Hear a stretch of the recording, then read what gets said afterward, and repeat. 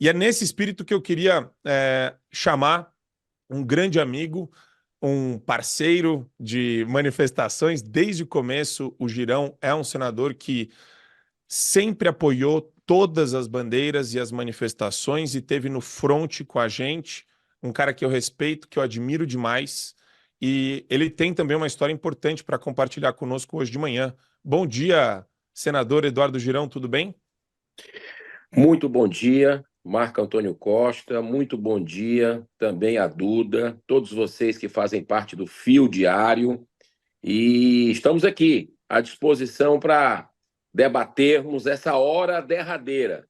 Gostei muito aí dessa convergência da hora derradeira que está chegando realmente, tanto na PEC antidrogas, a gente não pode esquecer dela, que está tramitando na Câmara, já foi aprovada no Senado, como essa PEC, que é a PEC das decisões monocráticas, né, que nós aprovamos no Senado também e que está sendo motivo de polêmica dentro do pacote. E eu concordo com você, Marco Antônio, não é um pacote anti-STF, é um pacote pela volta vamos dizer, do reequilíbrio entre os poderes da República, pela democracia, pelo Estado democrático de direito.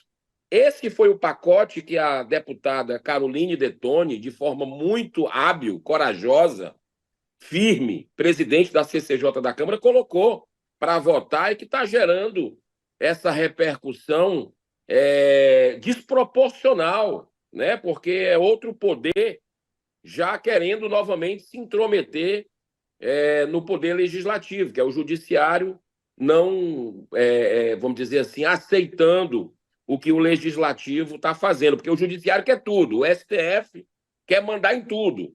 E a gente já está vendo que nós chegamos aí no fundo do poço com relação a esses abusos, a esse desrespeito à Constituição brasileira. Eu quero, antes de abrir para o pessoal perguntar, Girão, tem uma matéria que me chamou a atenção aqui da Revista Oeste. Podemos colocar na tela, Bruno, crítica de Girão sobre conflito de interesse de advogado do Senado no STF vira alvo de censura. A manchete que tinha sido publicada no site da Agência Senado foi adulterada, sem o consentimento seu, que acabou citando a reportagem da Revista Oeste. Então, Girão questiona Pacheco sobre conflito de interesse de advogados do Senado no STF. E o que me causa estranheza disso tudo é o seguinte: a gente fala muito sobre os tentáculos do Supremo Tribunal Federal. E parece que os tentáculos do Supremo Tribunal Federal estão muito bem inseridos no Senado, Girão. Até o ponto de você ter a agência do próprio Senado, né, mexendo com notícia, mexendo com recortes de senadores, mexendo com os textos que são publicados. Isso não é extremamente preocupante? É uma relação promíscua, né? O que a gente tem visto ultimamente, Marco Antônio, e todos vocês que estão conosco no Fio Diário, é cada vez mais em eleição de presidente do Senado Federal, ministros ligando, em votação, em votações importantes que de alguma forma, vamos dizer assim, colocam limites aos superpoderes do Supremo Tribunal Federal, ministros ligando para senadores, tentando influenciar. Você lembra do Barroso, quando foi à Câmara de deputados para tentar influenciar e influenciou para a questão do voto auditável naquela época, né? Na véspera da votação da PEC da deputada Bia Kicis, e ali, curiosamente, no dia seguinte, se retiraram, os líderes retiraram os deputados que votariam a favor do voto auditável e colocaram deputados que votaram contra, depois da visita do ministro Barroso. Então, essa relação de independência é ficcional, né? De um poder ser independente do outro, absolutamente. Não existe isso, né? Existe um tribunal político hoje no Brasil, que é o Supremo Tribunal Federal, e o TSE. Aliás, TSE não devia nem existir. Tem um colega nosso, Márcio Bittar, que está fazendo um bom trabalho, e ele está com a PEC agora para acabar com esse negócio de ter ministros do Supremo dentro do TSE também, né? Separar, porque você faz o mesmo julgamento e depois vai para você. Eu acho até, eu falei com ele hoje de manhã, disse, olha, a gente tinha, senador, era que acabar com o TSE.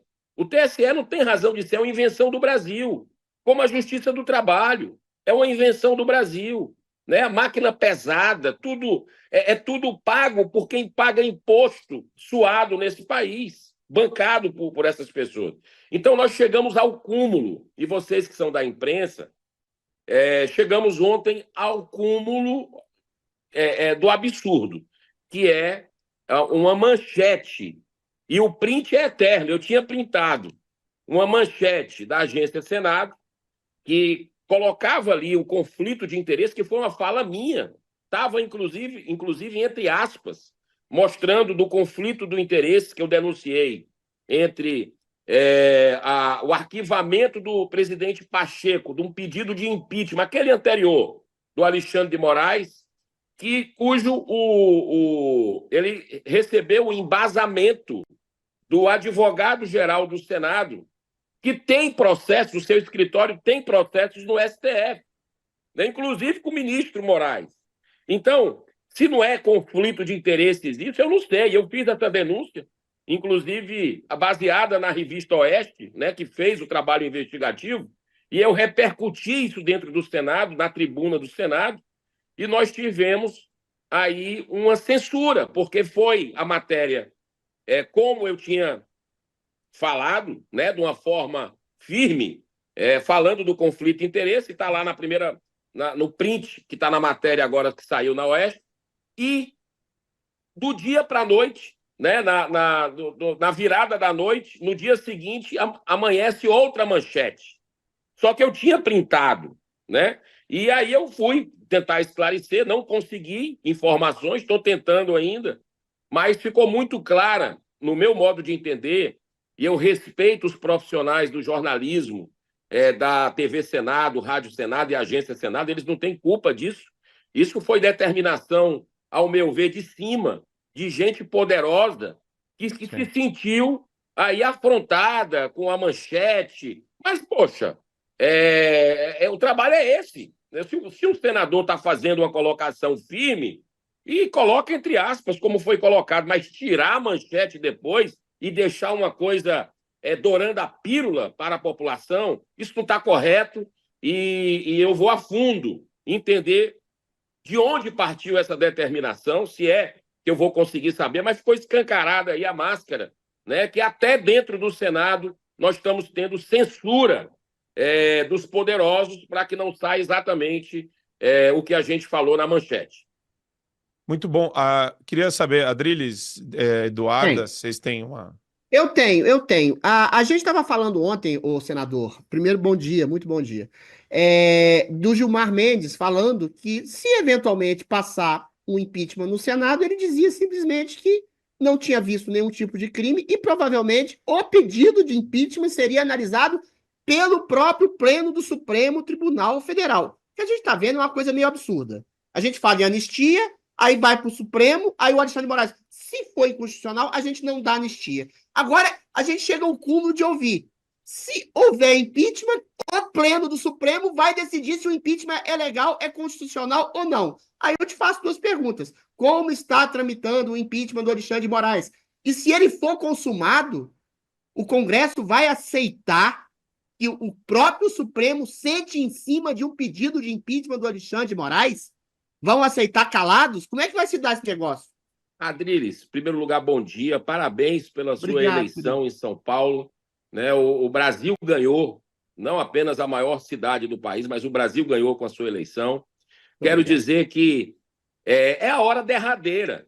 Eu acho que nós estamos chegando, e antes eu estava assistindo o programa e vi essa frase tanto da Duda quanto do Marco Antônio, é a hora derradeira, né? A hora da verdade. Eu acredito que nós estamos chegando num momento de um impasse institucional no país, né? devido à covardia do Senado até hoje, isso foi possível chegar a essa situação, a esse caos institucional. Mas vamos ter que saber. Nós temos o pedido de impeachment assinado por dois grandes juristas brasileiros, o ex-desembargador Sebastião Coelho e também Rodrigo Marinho, constitucionalista da minha terra, do Ceará, junto com 157 parlamentares brasileiros, deputados federais, apoiado politicamente, inclusive com pedido, eu chamo a atenção de quem está nos assistindo, 36 senadores da República até agora já assinaram um pedido de urgência da tramitação dessa ação, né, de impeachment, desse pedido, dessa denúncia, e estão faltando 5 para a gente ter a maioria. Se a gente tiver mais 5 senadores, que deu uma estagnada, mas eu acredito agora que depois das eleições, com as sessões presenciais, porque nós estamos tendo sessões remotas, virtuais, eu acredito que nós vamos saber realmente se os outros 5 que a gente contava, o pessoal do PP, do Partido Progressista, né? Tem gente, inclusive, do PL que não assinou ainda, né? E outros ali, republicanos, que eu acho que a gente tem boas chances de, passar das eleições do segundo turno, a gente consiga essas assinaturas no tete-a-tete, porque eu acho que vai ficar feio para alguns colegas, né, que um dia desse estava junto, um dia desse não, ainda fica dando sinais que estão juntos com, por exemplo, o ex-presidente Bolsonaro, e não assina um pedido de impeachment desse. A gente sabe, né, da questão de processo que correligionários têm, ou eles mesmos tenham, junto ao STF, e fica esse poder protegendo o outro, mas a hora derradeira está chegando. Eu acredito que nós vamos conseguir essa maioria, a população continua firme, cobrando, não desistiu, não podemos desistir, e aí, esse processo tramitando, abrindo o processo de impeachment, nós vamos chegar nessa situação institucional. Agora, o que está me preocupando, Adriles, é ver a movimentação de Davi Alcolumbre, enquanto a gente está com essas PECs avançando no Congresso, e ver que o Pacheco, que estava recentemente em Roma com o Davi Alcolumbre, está ganhando força dentro do Senado. É quase como uma opinião unânime de colegas que Davi Alcolumbre deva ser o próximo presidente. Nós não podemos deixar isso acontecer.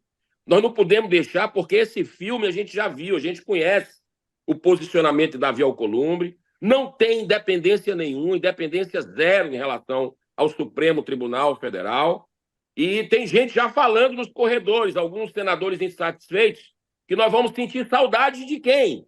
De Rodrigo Pacheco, entendeu? Então, nós precisamos ter um nome, uma alternativa, tem bons nomes dentro do Senado, inclusive o PL, eu acredito que não vai ceder esse canto da sereia de Davi Alcolumbre, né? Tem que ter uma posição, é um partido grande, nós precisamos ter nomes para que a gente possa enfrentar essa luta aí pela presidência do Senado, que é agora, dia 1º de fevereiro do ano que vem. Já está em cima e eu estou muito preocupado com isso já.